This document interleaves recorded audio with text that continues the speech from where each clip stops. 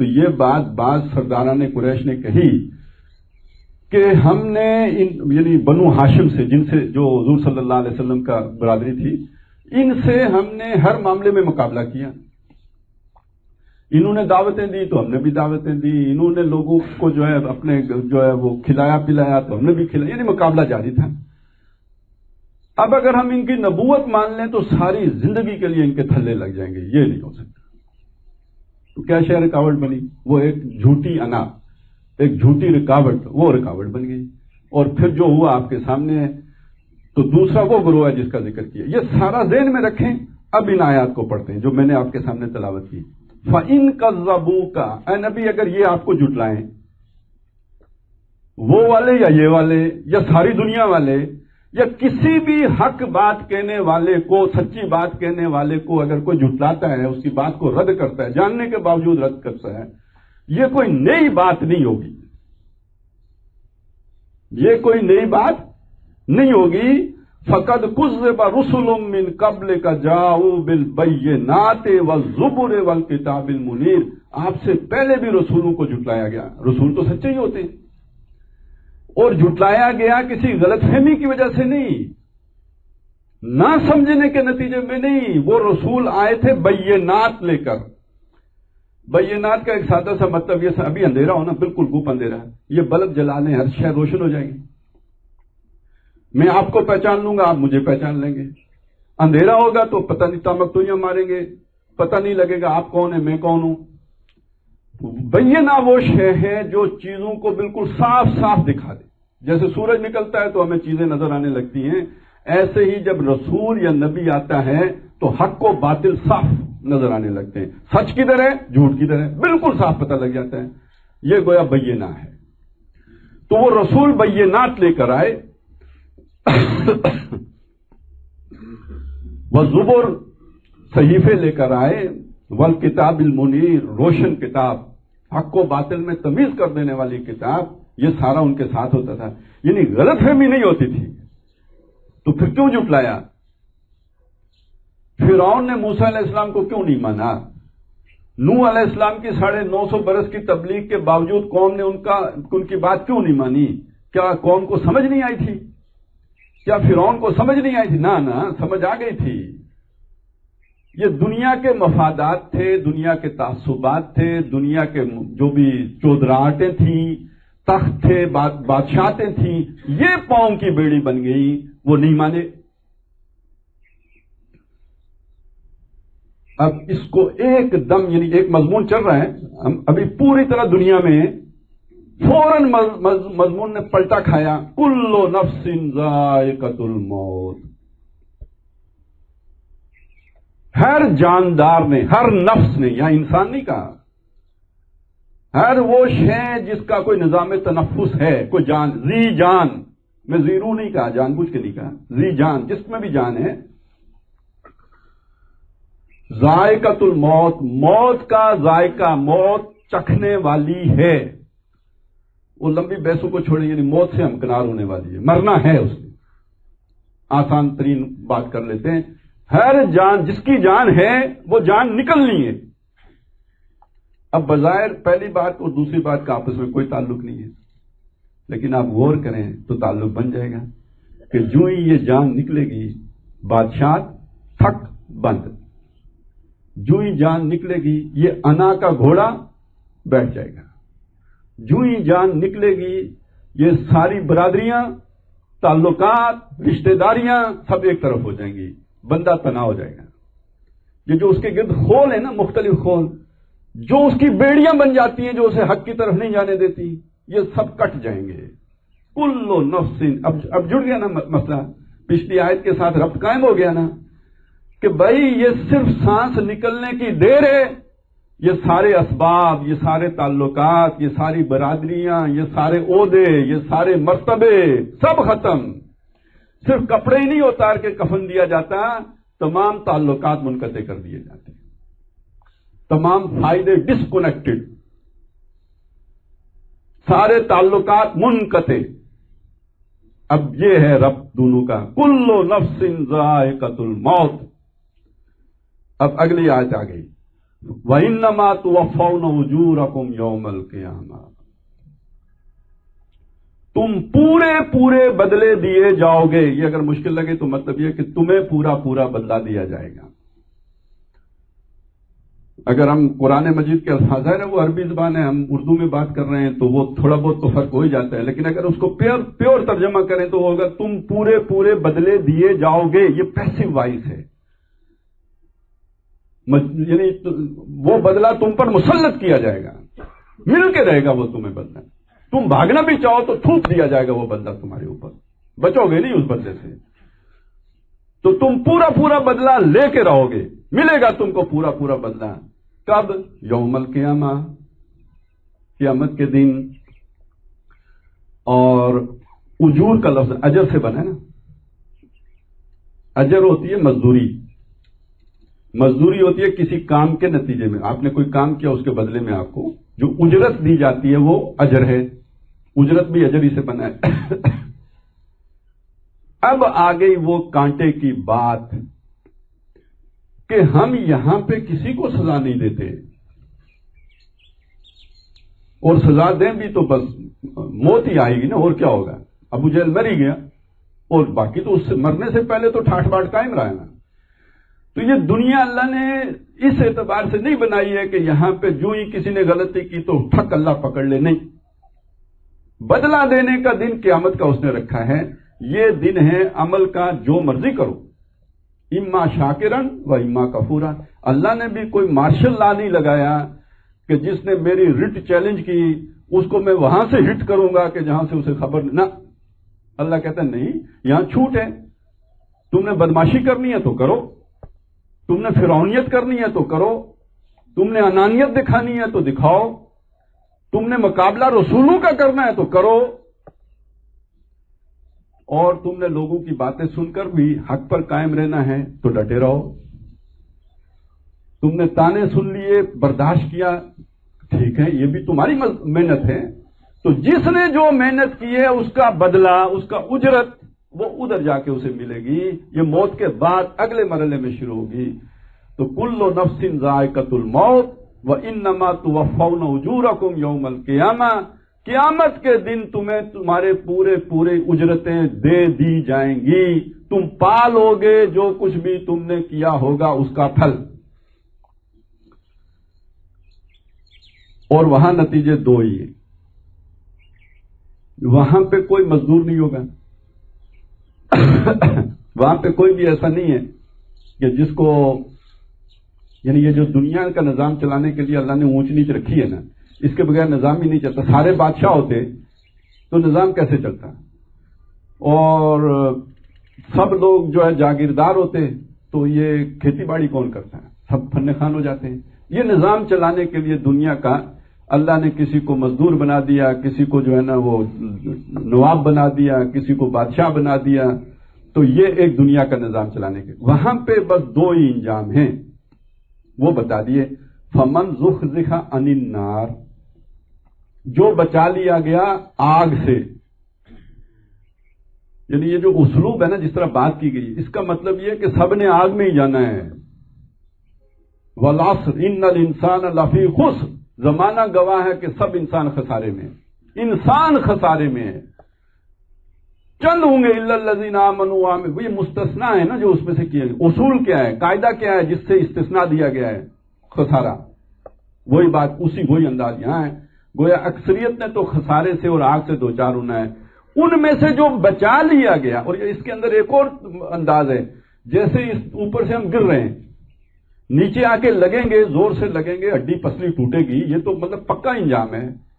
اب اگر وہ ہوتا ہے نا بعض اوقات بچہ گرتا ہے تو کہتے ہیں یار بالکل بچ گیا، پتہ نہیں کسی فرشتے نے ہاتھ رکھ لیا. تو اب وہ تو بچا لیا گیا نا. نیچرل پروسیس میں آ کے نیچے گرتا تو پھٹ جاتا، ہڈی ٹوٹ جاتی. لیکن یہ کہ ایسا نہیں ہونے دیا گیا، کسی طاقت نے اس کو بچا لیا، روک لیا. یہ وہ انداز ہے. یعنی ریلا تو جا رہا ہے سارے کا سارا دوزخ کی طرف، اس میں سے جسے کھینچ کے نکال لیا گیا اور بچا لیا گیا. فمن زحزح عن النار، جو بچا لیا گیا آگ سے، وادخل الجنہ، اور اسے داخل کر دیا گیا جنت میں. فقد فاز، کامیاب وہ ہوا. مقابلہ نہیں کریں گے نا پچھلی آیات سے تو اس بات کی سمجھ نہیں آئے گی. آپ کو لگتا ہے بادشاہ سلامت کامیاب ہے, MNA صاحب کامیاب ہو گئے ہیں, وہ فلانا کاروبار میں بہت آگے نکل گیا فراڈ کر کے, فلانے کا بیٹا جو ہے فلانے کماؤ محکمے میں چلا گیا ہے, خوب رشوتیں لے کے اس نے بڑی بلڈنگیں کھڑی کر لی ہیں, تو ہم تو سمجھتے ہیں یہ بچہ کامیاب ہو گیا ہے. اب یہاں یہ بتائیں یہ کامیابی نہیں ہے. یہاں آپ کو فرعون والا اقتدار مل جائے, قارون والی دولت مل جائے, حامان کی طاقت مل جائے, یہ کامیابی نہیں ہے.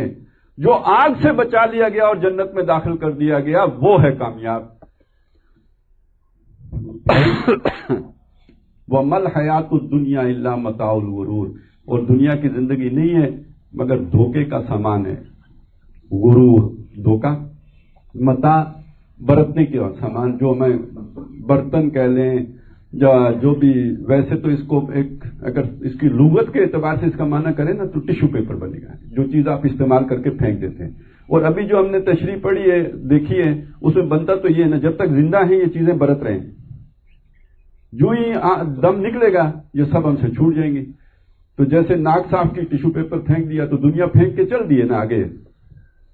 تو یہ دنیا نہیں ہے مگر دھوکے کا سامان. دھوکے یعنی ایک شے آپ کو اٹریکٹیو نظر آتا ہے, پرکشش نظر آتی ہے, لگتا ہے آپ کی ضرورت پوری کرے گی, آپ اس کی طرف بڑھتے ہیں لیکن آپ کی ضرورت پوری نہیں ہوتی. دھوکا کھایا نا آپ نے. جیسے شراب دیکھا آپ نے, سمجھا پانی ہے, پیاسے جائے گا اس کے پاس, وہاں ریت ہوگی چمکتی, پانی تو ہے نہیں, یہ ہے دھوکا. تو دنیا میں اسی دھوکے کے دوسرے نام جو ہم نے رکھے ہوئے وہ کیا ہیں کہ دنیا میں کسی کی 20 پوری نہیں ہوتی, 19 ہی رہتی ہے. یعنی وہ جو اس نے اپنا پلان کیا ہوتا ہے وہ کبھی بھی اس کا منصوبہ مکمل نہیں ہوتا. کوئی شداد اپنی جنت بناتا ہے اس میں داخل نہیں ہو سکتا, ایک قدم اندر ہوتا ہے ایک باہر جان نکل جاتی ہے. کبھی کسی کی دنیا پوری ہوئی, یہ بھی ہمارا ایک جملہ ہے. یعنی ہماری اپنی آبزرویشن یہی ہے کہ دنیا دھوکے کا سامان ہے. وہ غالب نے کہا نا کہ ہزاروں خواہشیں ایسی کہ ہر خواہش پہ دم نکلے, بہت نکلے میرے ارمان مگر پھر بھی کم نکلے. تو یہاں تو سیٹسفیکشن نہیں ہے, یہ دھوکے کا سامان ہے. اور دوسری بات یہ کہ جو کچھ ملتا ہے وہ بھی انسان کی توجہ اپنی طرف مبذول کر کے اس آخرت کے انجام سے بیگانہ کر دیتے ہیں. میں اصل جو قیمتی شے لے کے آیا ہوں وہ میرا وقت ہے, 60 سال ہیں, 70 ہیں, 75 ہیں, جو بھی ہیں, یہ میرا ٹائم ہے جو سب سے قیمتی شے ہے. اس ٹائم کو کس نے کھینچ لیا؟ میرے کاروبار نے.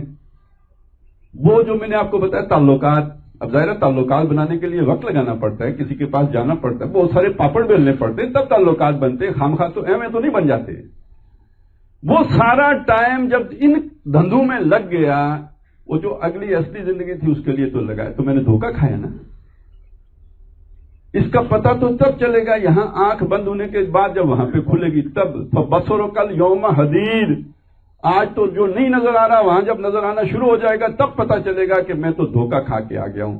کیا رب مجھے واپس جانے کا موقع نہیں ہے؟ یہ خیال کیوں پیدا, یہ حسرت کیوں پیدا ہوگی؟ اس دن کو یوم الحسرہ کیوں کہا کہ یہ حسرت ہوگی کہ میں تو ضائع کر کے آ گیا. تو یہ دنیا دھوکے کا سامان ہے. سارا کچھ جو پرکشش ہے, جس کی طرف طبیعت کھنچتی ہے, جس کی طرف ہم لپکتے ہیں, یہ سب دھوکہ ہے. اور امتحان اصل میں یہی ہے کہ آپ دھوکے کے سامان کی طرف جاتے ہو یا دائمی اور اصل جو ہے وہ ملنے والی نعمتوں کی طرف جاتے ہو. اصل امتحان یہی ہے. چنانچہ آگے فرمایا, دیکھیں ہم نے سمجھ لیا دنیا دھوکہ ہے, مان بھی لیا, ابھی ہم سب نے مان لیا ہوگا کہ بات ٹھیک ہے. تو میں تو مطمئن ہو جاؤں نا کہ میں نے بات سمجھا دی نہ. اللہ تعالیٰ سامنے رکھتے ہیں ہمارے ایک ٹیسٹ, اس ٹیسٹ میں پورے اترے تو آپ سمجھ گئے ہو, اس ٹیسٹ میں پورے نہیں اترے تو دماغ سے تو سمجھ گئے ہوگے, دل میں ابھی بات نہیں اتری ہے. ٹیسٹ کیا ہے جس سے پتہ چلے کہ پوری طرح بات سمجھ میں آئی ہے؟ لَتُبْلَوُنَّ فِي أَمْوَالِكُمْ وَأَنفُسِكُمْ. دھوکہ کس سے کھاتے ہیں؟ جان سب سے قیمتی شے ہے اور مال بہت پیارا ہے, محبوب ہے. تو تمہاری آزمائش ہوگی, تمہاری پرکھ ہوگی تمہاری جانچ ہوگی، تمہیں آزمایا جائے گا، تمہارا امتحان لیا جائے گا، تمہاری جانوں میں بھی اور تمہارے مالوں میں بھی۔ اگر اس پر صبر کر سکے، اپنی محبوب چیزیں اللہ کی راہ میں قربان کر سکے، اسماعیل کے گلے پہ چھری چلا سکے، اپنی جان نقدے لے کر ہتھیلی پہ لے کے نکل سکے، تب جا کے ثابت ہوگا کہ واقعی تم دنیا کو دھوکے کا سامان سمجھتے ہو۔ جب جان پہ بنے تو یو ٹرن لے لو، جب مال پہ بنے تو بات سے یو ٹرن لے لو، موقف بدل لو، جو حق کہا تھا اس سے پھر جاؤ، تو پھر تم دنیا کو دھوکے کا سامان نہیں سمجھتے۔ دنیا تمہارے اندر کھبی ہوئی ہے، جمی ہوئی ہے، اس کو بچانے کے لیے تم نے حق سے منہ موڑ لیا ہے۔ اگر تم اس دنیا کی قربانی نہیں دے سکتے تو بات اندر نہیں اتری ہے، لہذا تم لازماً آزمائے جاؤ گے اپنے مالوں کے ذریعے سے بھی، جانوں کے ذریعے سے بھی، تاکہ پتہ چلے کہ واقعی دنیا کو تم متاع الغرور سمجھتے ہو۔ اس سے اللہ تعالیٰ نے محمد الرسول اللہ صلی اللہ علیہ وسلم نے جن لوگوں کی تربیت کی تھی ان کو بھی مبرہ نہیں کیا اس اصول سے۔ وَلَنَبْلُوَنَّكُمْ بِشَيْءٍ مِّنَ الْخَوْفِ وَالْجُوعِ وَنَقْصٍ مِّنَ الْأَمْوَالِ وَالْأَنفُسِ وَالثَّمَرَاتِ، ہم لازماً تمہیں جانچیں گے، پرکھیں گے۔ صحابہ کو نا خوف کی کیفیت بھی طاری ہوگی، تمہیں جانوں پر بھی بنے گی، مالوں کا بھی نقصان ہوگا، محنتوں کا بھی نقصان ہوگا، اس سب کے باوجود ڈٹے رہے۔ وَبَشِّرِ الصَّابِرِينَ، ایسے صبر کرنے والوں کے لیے خوشخبری ہے۔ لَتُبْلَوُنَّ فِي أَمْوَالِكُمْ وَأَنفُسِكُمْ، اور صرف یہی نہیں ہوگا، وَلَتَسْمَعُنَّ مِنَ الَّذِينَ أُوتُوا الْكِتَابَ مِنْ قَبْلِكُمْ وَمِنَ الَّذِينَ أَشْرَكُوا أَذًى كَثِيرًا، تمہیں لازماً سننی پڑیں گی باتیں اذیت دینے والی، تکلیف دہ باتیں سننی پڑیں گی، دل چیر دینے والی باتیں، کلیجہ پھاڑ دینے والی باتیں، جگر خون کر دینے والی باتیں سننی پڑیں گی، یہودیوں سے بھی، عیسائیوں سے بھی، اور جو مشرک ہیں ان سے بھی سننی پڑیں گی۔ آج اپنے رشتہ داروں سے سننی پڑتی ہے۔ آپ کوئی حق کی خاطر اگر کوئی کام کرتے ہیں، آپ کی نوکری چلی جاتی ہے۔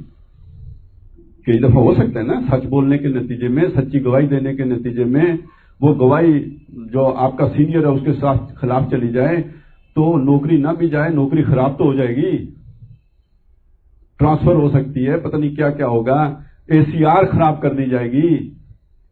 تو آپ کے سامنے دو باتیں آ گئی نا، سچ کا ساتھ دینا ہے یا دنیا پرامن طور پہ گزارنی۔ اکثر تو ہم امن کی خاطر حق کو پیٹھ کے پیچھے پھینک دیتے ہیں۔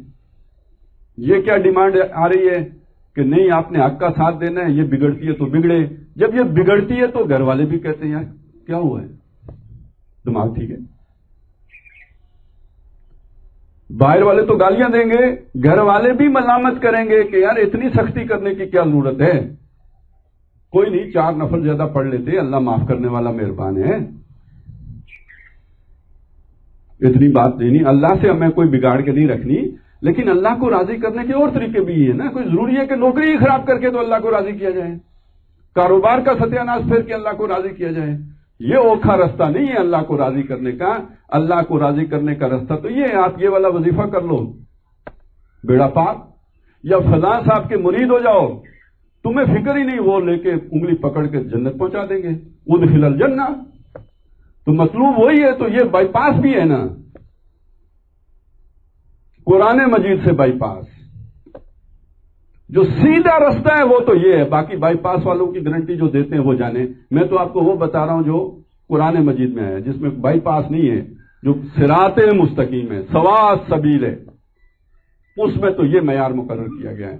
لَتَسْمَعُنَّ مِنَ الَّذِينَ أُوتُوا الْكِتَابَ مِنْ قَبْلِكُمْ وَمِنَ الَّذِينَ أَشْرَكُوا أَذًى كَثِيرًا وَإِن تَصْبِرُوا، اگر اس سب پر تم برداشت کر گئے، جھیل گئے، صبر کر گئے، وَتَتَّقُوا، اور پرہیزگار رہے، تقویٰ کی روش پہ رہے، اللہ کی فرما برداری پر قائم رہے، اللہ کے بندے بن کے رہے، اس کے فرامین کی اطاعت کرتے رہے، فَإِنَّ ذَلِكَ مِنْ عَزْمِ الْأُمُورِ، یہ ہمت والے لوگوں کے کام ہیں، یہ ہمت درکار ہے، مردان ایمانداروں سے یہ ہمت درکار ہے۔ اب آ گیا اصل میں کہ یہ ساری قربانیاں کس مقصد کے لیے دیں گی۔ آخر اللہ تعالیٰ نے وہ کیا ایسی ذمہ داری لگائی ہے کہ جس کے لیے یہ والا امتحان ضروری ہے. اس بات کو سمجھ لیجئے. سورہ بقرہ میں بھی قرآن مجید کے مختلف مقامات پر یہ بات سامنے آئی ہے. دیکھیں یہ نوع انسانی ہے جو آج 7 ارب سے بھی شاید زیادہ ہیں دنیا کے اوپر. یہ سب کس کے بیٹے ہیں؟ مطلب ہمارے تو آپس میں جھگڑے ہیں نا. ابھی میں نے چھوٹی برادری کی بات کی. ذرا اوپر چلے جائیں تو سرائکی اور پنجابی ہو جاتا ہے, پھر اور اوپر چلے جائیں تو پنجابی اور سندھی ہو جاتا ہے, اور اوپر چلے جائیں تو پاکستانی اور افغانی ہو جاتا ہے, اور اوپر چلے جائیں تو مسلمان اور کافر ہو جاتے ہیں. یہی ہمارے جھگڑے بنتے ہیں نا سارے. لیکن تھوڑا سا اور اوپر جائیں نا. کبھی ہم نے انسانوں اور جنوں کا بھی مقابلہ کرایا؟ نہیں کراتے. باقی سارے مقابلے ہیں نیچے نیچے. یہ زمین پہ تو پہلے جن رہتے تھے نا. یہ اللہ نے آ کے ہمیں آباد کیا, وہ خوش تو نہیں ہے. وہ کہتے ہیں نا جو زمین بیچ دے وہ تو مجبوری ہوتی ہے اس کی, بیچتا ہے, لیکن ساری زندگی جس کو دیتا ہے اس سے خوش تو نہیں ہوتا کہ وہ جب اسے وہ اپنی زمین پر کام کرتے ہوئے دیکھتا ہے. تو جن کیسے خوش ہو جائیں گے ہم سے؟ ایک جھگڑا وہ بھی ہے. اللہ تعالیٰ کس سائڈ پر ہے؟ اس نے کس کو اپنی مطلب خاص اپنا کنبہ قرار دیا ہے؟ نوع انسانی کو. الخلق و عیال اللہ, یہ اللہ کے کنبے کی مانند ہیں. اس حوالے سے اگر آپ دیکھیں گے نا تو لوگوں کی گمراہی, لوگ غلط راستے پر ہوں تو اللہ کی جو رحمت ہے وہ جوش میں آتی ہے کہ ان کو صحیح راستہ دکھایا. جیسے ماں چاہتی ہے کہ بچہ غلط کام نہ کرے, صحیح طرف آ جائے, ایسے ہی اللہ چاہتا ہے کہ یہ نوع انسانی صحیح راستے کی طرف آ جائے. اور یہ چاہ کے پھر اللہ کرتا کیا ہے؟ وہ اپنا پیغام نوع انسانی کے لیے بھیجتا ہے. دیکھو یہ ہے آپ کے لیے ہدایت نامہ, یہ ہے آپ کے لیے رہنما, یہ ہے آپ کا امام. اور ظاہر ہے یہ دینے کے لیے پھر وہ کسی رسول کو بھی بھیجتے ہیں. تو یہ رسالت رحمت ہے. رسالت اللہ کی رحمت کا مظہر ہے. اور یہ سلسلہ لوگ کہتے ہیں کہ منقطع ہو گیا. بھائی نبیوں کا آنا منقطع ہو گیا, رسالت منقطع نہیں ہوئی ہے. اللہ نے قرآن مجید کو محفوظ کر کے رسالت کو قیامت کی صبح تک کے لیے محفوظ کر دیا ہے. پیغام ہی دینا تھا نا, تو پیغام محمد رسول اللہ صلی اللہ علیہ وسلم نے دیا, اور اس کے بعد اللہ تعالیٰ نے اس کو محفوظ کر دیا. تو یہ جب تک اس کی حفاظت ہے اور قیامت تک اس کی حفاظت ہونی ہے, تو گویا یہ وہ چیز ہے کہ جو اللہ کے اصل جو میسج ہے, پیغام ہے, وہ ہمارے پاس موجود ہے. جو رحمت ہے ساری نوع انسانی کے لیے, صرف مسلمانوں کی کتاب نہیں ہے, اس غلط فہمی سے نکلیں. ہدی للناس ہے, سارے لوگوں کے لیے اللہ نے ہدایت بنا کے اسے اتارا ہے. عربوں کو یہ غلط فہمی نہیں ہوئی کہ عربی میں ہے تو صرف ہماری ہے. وہ جانتے تھے کہ یہ ساری نوع انسانی کی ہے, انہوں نے لوگوں تک اسے پہنچایا. تو ہم بھی یہ نہ سمجھیں کہ یہ صرف مسلمانوں کی ہے, گوروں کے لیے بھی ہے, یہ ہندوؤں کے لیے بھی ہے, یہ سکھوں کے لیے بھی ہے. سب کا حق ہے اس کے اوپر. ایک بات تو یہ آ گئی. دوسری بات یہ کہ جبریل علیہ السلام لے کے آئے نا, حضور نے لفظاً لوگوں کو سکھایا نا. آج ان کافروں کو کون سکھائے گا؟ کڑی سے کڑی جوڑیے نا. اللہ نے پیغام دیا کس کو؟ جبریل کو. جبریل نے پیغام پہنچایا کس تک؟ محمد الرسول اللہ تک صلی اللہ علیہ وسلم. محمد الرسول اللہ نے پہنچایا کس تک؟ امت تک. اب یہ امت جو باقی جو لوگ جنہوں نے ابھی نہیں مانا ان تک پہنچانے کی مکلف ہے. یہی بات تھی جو حضور نے فرمائی تھی حجۃ الوداع کے موقع پر.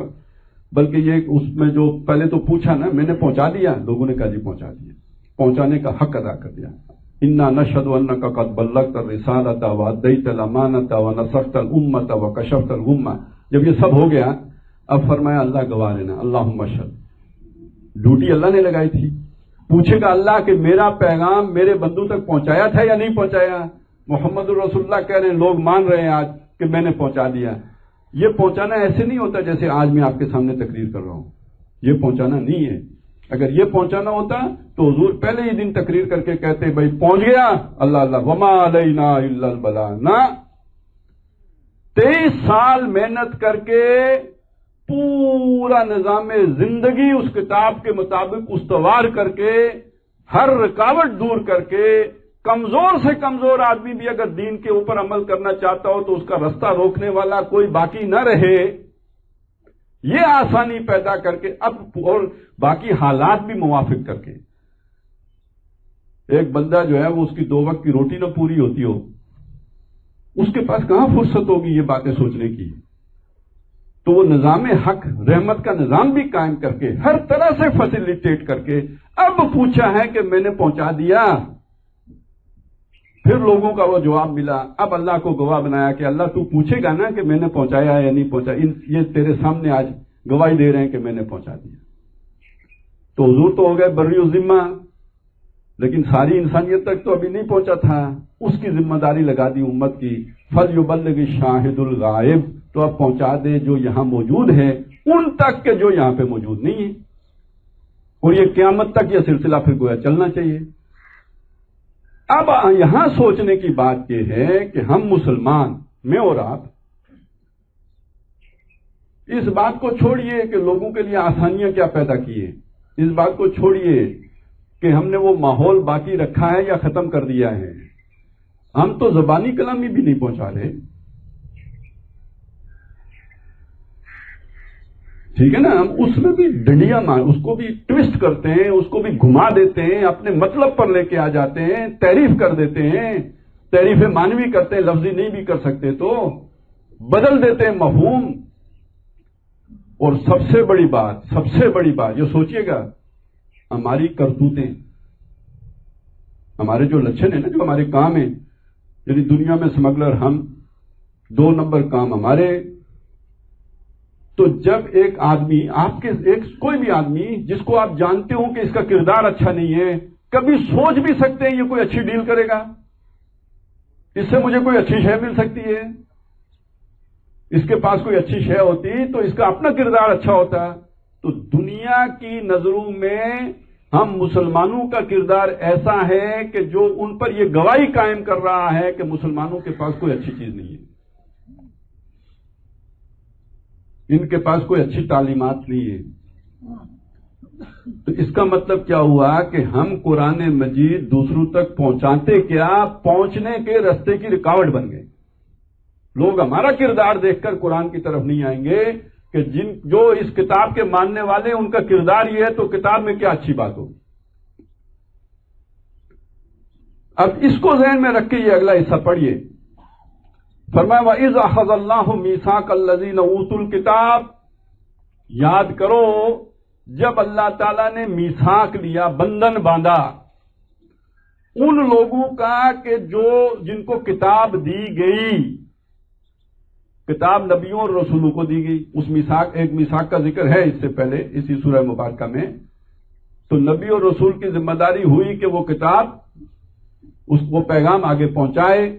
وہ حضرت یونس علیہ السلام کا واقعہ تو یاد ہے نا، معمولی سی بات ہوئی تھی، وقت سے پہلے اپنی قوم کو چھوڑ دیا تھا، صرف اتنی بات پہ مچھلی کے پیٹ میں جانا پڑ گیا تھا. یعنی وہ ذمہ داری انہیں نبھانی ہے. اسی طرح رسول کے بعد، خاص طور پہ محمد رسول اللہ کے بعد یہ ذمہ داری امت پر ہے. اور موسیٰ علیہ السلام یا عیسیٰ علیہ السلام کے بعد یہ ذمہ داری حاملین تورات اور انجیل پر بھی تھی. ٹھیک ہے نا، وہ اس بندھن میں بندھے ہوئے. جن کے پاس کتاب ہے وہ اللہ کے ایک عہد میں بندھے ہوئے ہیں. وہ کیا؟